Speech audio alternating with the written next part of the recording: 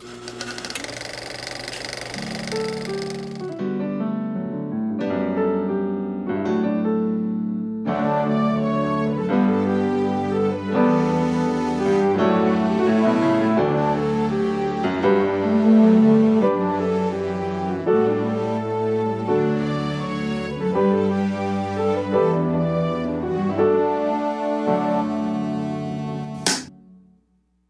happy to speak with you about like a dirty French novel. Cool. I was enthralled watching this. I love the chapterized construct. I love your visual tonal bandwidth. And my God, you tie everything together. You know, you start out and you think this is going to be like some nice little an anthology. And then you get to the end, you tie everything together. You throw things in there that totally address what's running through people's minds all during the lockdown and the pandemic. Character traits, casual dialogue. Thank you for including so much subtle commentary about toilet paper. I mean, you hit everything. You hit every beat here, Mike. I love what you've put together. Oh, thanks for watching it. I mean, where did the idea for this, not just the film as a whole, but each one of these individual vignettes that you tied together, where did this come from, and how did you interweave it, interlock it, and bring it all together? Well, I had some of these ideas since I was a teenager, just little story ideas that I was jotting down in different notebooks and this and that. And then when the pandemic hit, I was writing what was going to be just like this zany, really fun thing that I just wanted to shoot. You know, we just want to work on stuff. Mm-hmm. And then I started talking to my co-writer, Rojay, about these old ideas that I had. And I was like, I never could figure out how they would make sense in a certain universe, you know, in reality. And when we were talking to our friend Ashlee Elfman, who I've also collaborated with before, we were like, wouldn't it be cool if we would set these during a pandemic, but not ours? And that's kind of what goes on in the story. It's not our pandemic. It's not what we've gone through. It's just these people are going through something else that's going on in the world.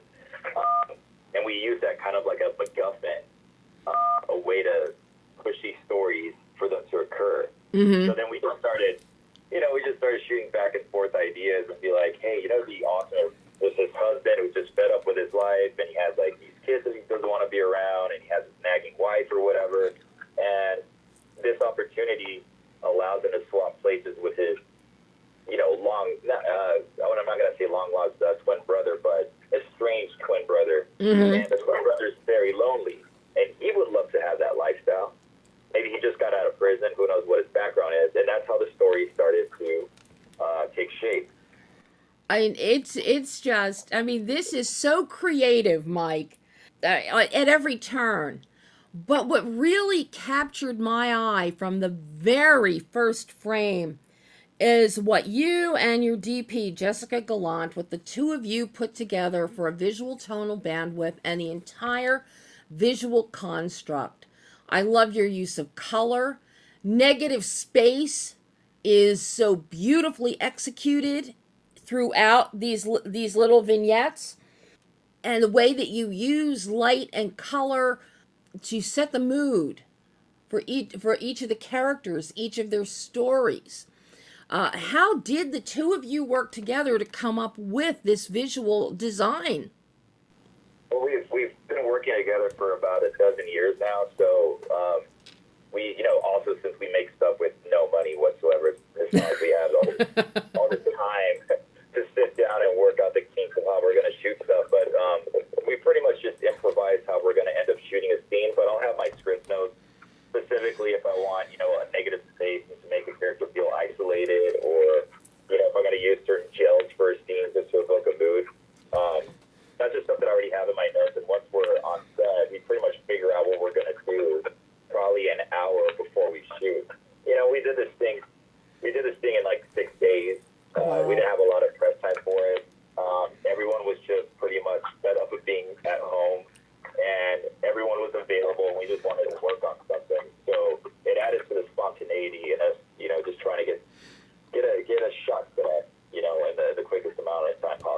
Mm-hmm. Well, and I have to say, what you and Jessica also do is, in addition to your use of your gels and giving us those contrasting washes, color washes, you use some film techniques that so many filmmakers forget are in the toolbox. You've got dissolves, you've got superimpositions. Not enough people remember that those are there. And you use them so well here. Um, I think the style, like the style specifically, is a bit antiquated because I do tend to prefer older movies, and I do love movies of the 50s and 40s, and yep. so does Jessica. So I try to implicate that, and especially during the pandemic, I was watching about maybe 3 movies a day, or should I say during quarantine.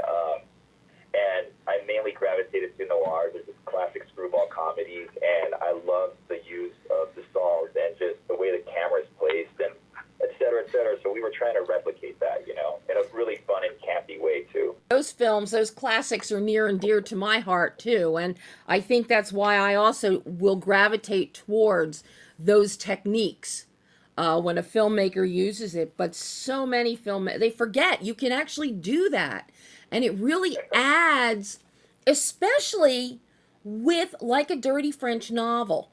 Those superimpositions and the dissolves work so well because of what we see eventually play out by the time we get to the final chapter and the loose ends. By the time we get to chapter 5 and loose ends, it becomes, it's very metaphoric. It's a very tacit, perhaps even prescient element of the film, and you use it just so beautifully, as you do with the extreme close-ups.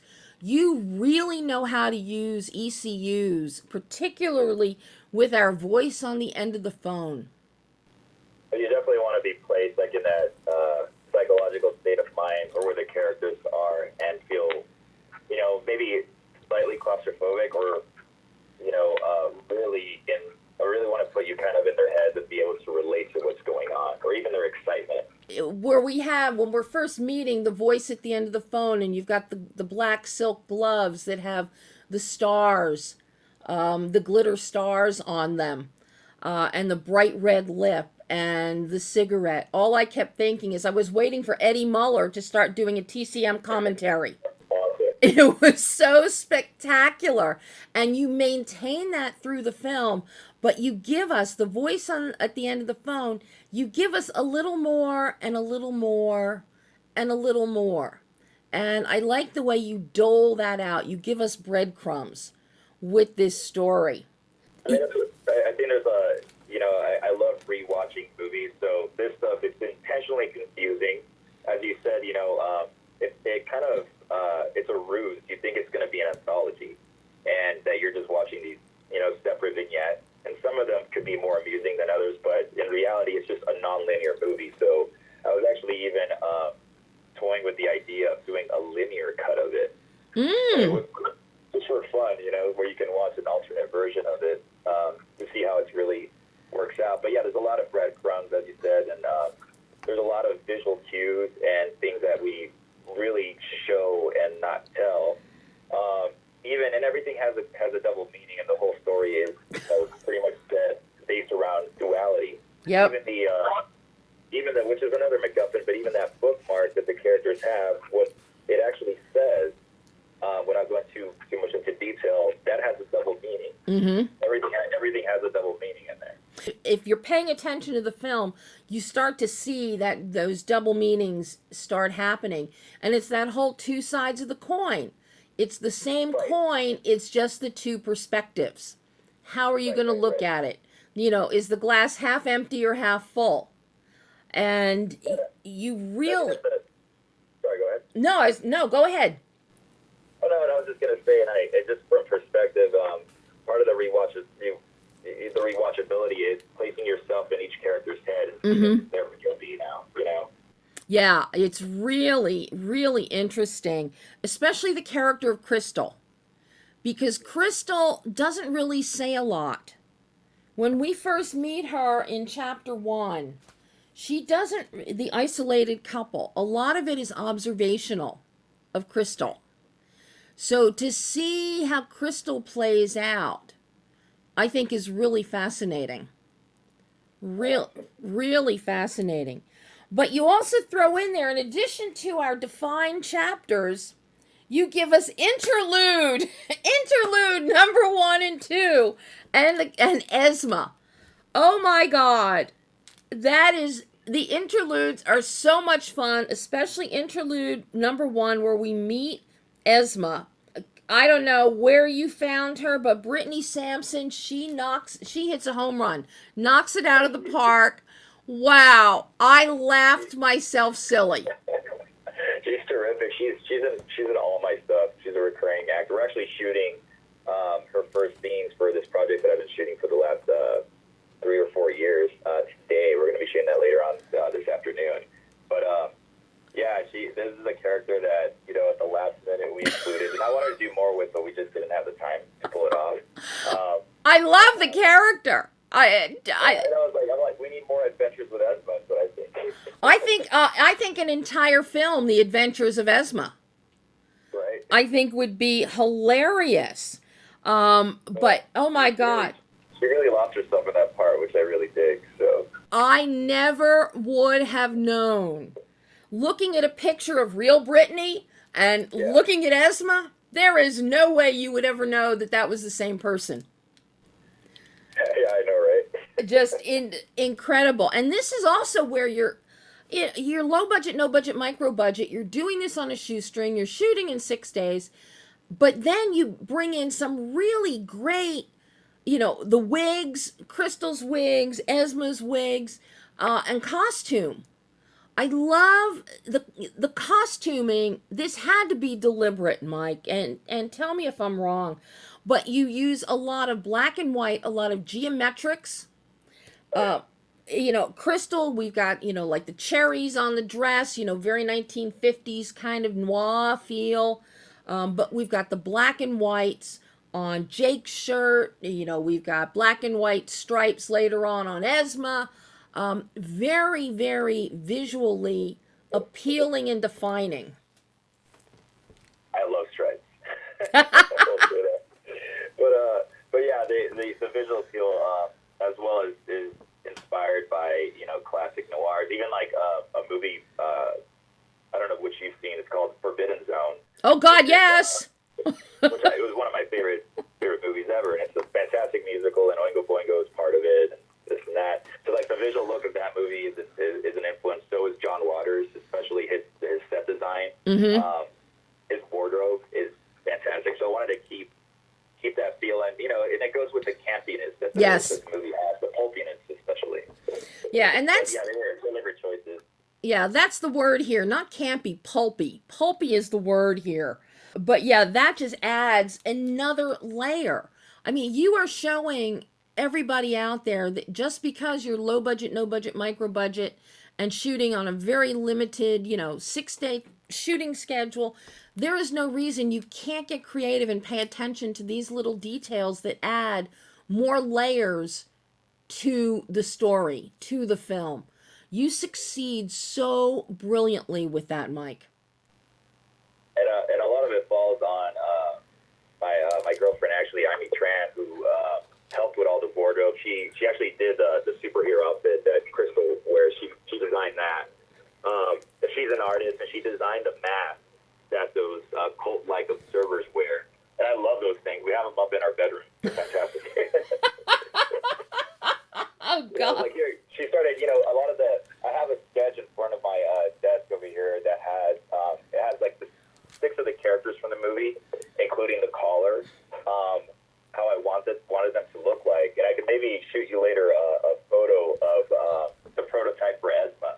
Oh, wow. It was meant to be a male character, but I was like, I'm going to put Brittany in this part. I think she's going to knock it out of the park. Oh, I want to give you a really weird part that you normally would not get cast in. So, I mean, she does. I mean, she is you cannot forget Esma. When the film ends, in addition to the negative space, it's Esma that stands out for me. I am just blown away by we need that spinoff. That's the happen. Absolutely. We've got to have the Adventures of Esma. Even that scene that she's on the phone, which, you know, we could, like you said, it's pulpy, but we do dip a little into campiness territory. Yeah. I really wanted to have that Ren and Stimpy kind of tone and feel. Mm-hmm. So even the music that accompanies that scene is hinting at that sort of style, you know?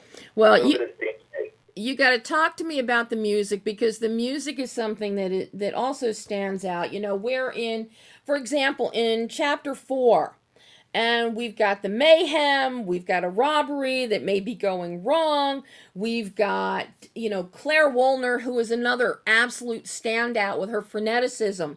And then we've got Batman TV, the Adam West Batman kind of fight sequence happening. Yeah. And you've got jazzy music popping up in the background, complete with beautiful animated Batman titles, I might add. Elsewhere, you've got some beautiful orchestral moments that are soft. You really play with the musicality. In chapter 2, the brother, there's I'm hearing a lot of cello, the deeper bass Yeah. that comes with cello.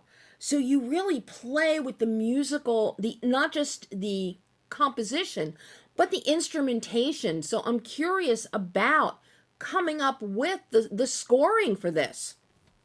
So the score was done with my good friend Carlos Colon, who's a composer, and the way that the music came about was pretty much when I was editing, and I didn't even know that I do this all the time, but my girlfriend pointed out that I'm constantly humming, and I had no idea that I do that. When there's not music playing, I'm just consistently humming.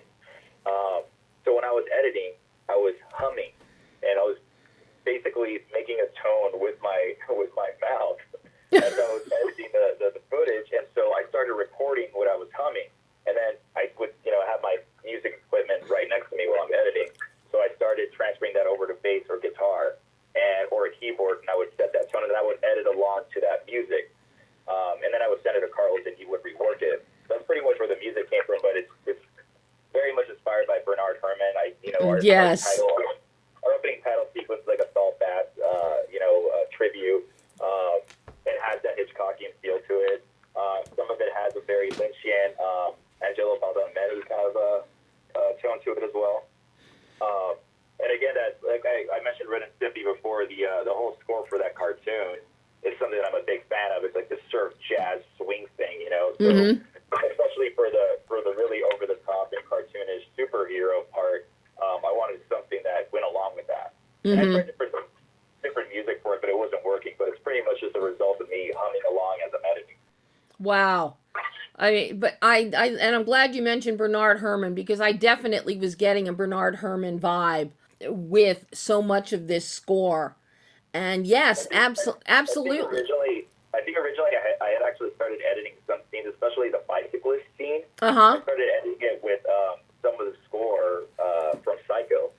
So it worked really well, especially the stuff at the beginning with Samuel and Marion Crane.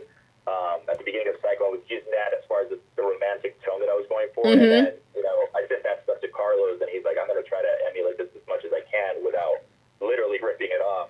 But we wanted that airy feel, and especially that sequence too, because it's a little bit dreamy.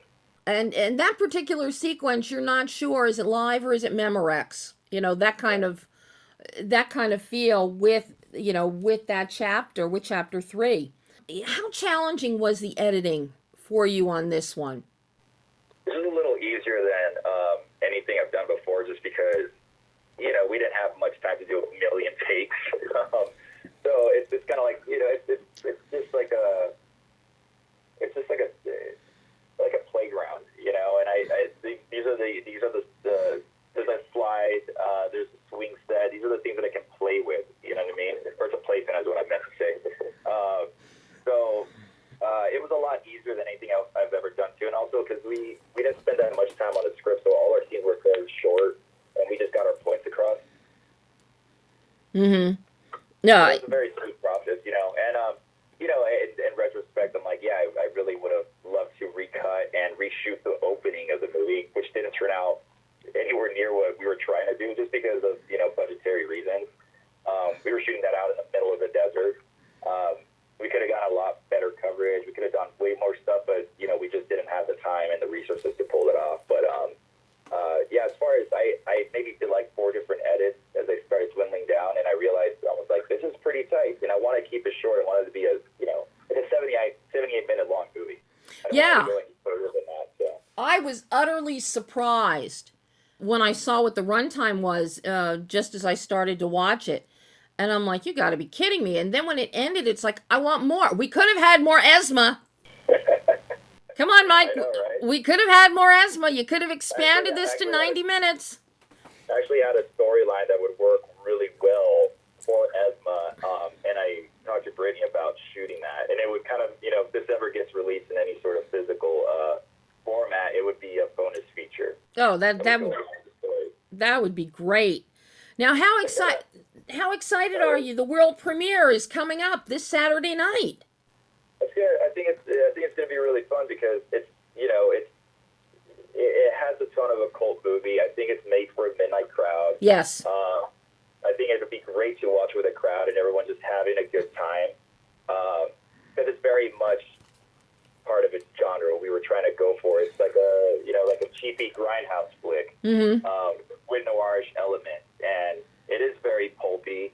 I think because of its short running time, it allows for that rewatchability that I was talking about. Yeah. It's like a movie that, as I would do back in the mid-'90s or early on, it's just like, I get home, I've been hanging out with my friends, I'm just going to throw this movie on. I'm going to invite some friends over, and we're just going to watch this stuff and kind of talk over it and have a good time, and then you just have it on all the time. So that's the intent. I wanted one of those kind of movies and make something like that. So I think with a crowd and premiering it and no one having any idea what it's really about, it's gonna add to the whole experience. But yeah, it's like I said, it's a roots. You think it's an anthology movie, you're like, what does this have to do with anything? I'm a little confused, but without being too on the nose, our Hugh character loves doing jigsaw puzzles.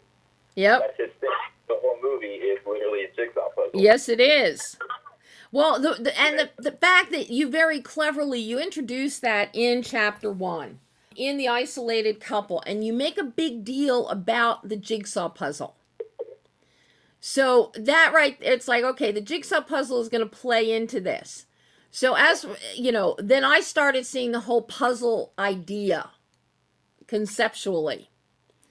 And then I was so happy when we get to the final chapter. And it's a lot of people lying. You don't really. You always have an unreliable narrator. Yeah. For this stuff too, and you're also seeing things from their perspective. But are they really the way that they say things are actually occurring? Yeah. And speaking of narration, that's something that you also throw in here. You even give us some very noirish voiceover from Hugh. We had to. Yeah. But it very George Sanders almost, like Rebecca. I mean, you hit everything on the nose here, Mike. I really like this film. So now, as a filmmaker, what did you learn about yourself in this process of making this film? I don't know if it's possible to do that many storylines, and like just to finally tell them within such a short runtime. Because when we were coming up with the stories, we're like, well, this whole thing with the brothers swapping places, that's a whole movie right there. I'm like, yeah, that's a whole like maybe 80-minute noir. Yeah. Find on Canopy, buried amongst all these classics on the Canopy streaming service or something like that. So we're like, maybe we should just make that whole story. And I was like, I don't know, like I think it's better to have that feel of like a dime store novel. You just have all these like short stories that may not entirely be satisfying. So I want them to be part of this bigger whole. So that was what surprised me, that we were able to tell all these storylines within such a short time. Well, I love it. I can't wait to hear what the audience, what the public reaction is to this. I really think you're going to have somebody like Gravitas looking at this to snap it up. Dark Star or Gravitas, I think this film is right up their alley. So, that'd be great, right? Boy, would it be great. But I do want the adventures of Esma. I just do, I'm going to do it just for you. I I would love that. Oh, Mike, this has been so fun talking to you. Thank you so much. I can't wait to talk to you again. See another film. Cool. Likewise. Thank you. Have a good day.